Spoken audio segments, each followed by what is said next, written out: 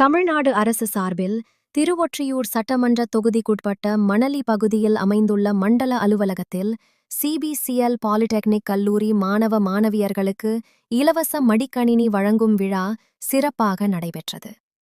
மாணவர்களின் கல்வி வளர்ச்சியை மேம்படுத்தும் நோக்கில் தமிழக அரசு செயல்படுத்தி வரும் இந்த திட்டத்தின் கீழ் நடைபெற்ற இந்நிகழ்ச்சியில் சிறப்பு விருந்தினர்களாக வடசென்னை நாடாளுமன்ற உறுப்பினர் டாக்டர் கலாநிதி வீராசாமி, மாதவரம் சட்டமன்ற உறுப்பினர் சுதர்சனம், திருவொற்றியூர் சட்டமன்ற உறுப்பினர் கே.பி. சங்கர் ஆகியோர் கலந்து கொண்டு மாணவ மாணவியர்களுக்கு அரசின் விலையில்லா மடிக்கணினிகளை வழங்கினர்.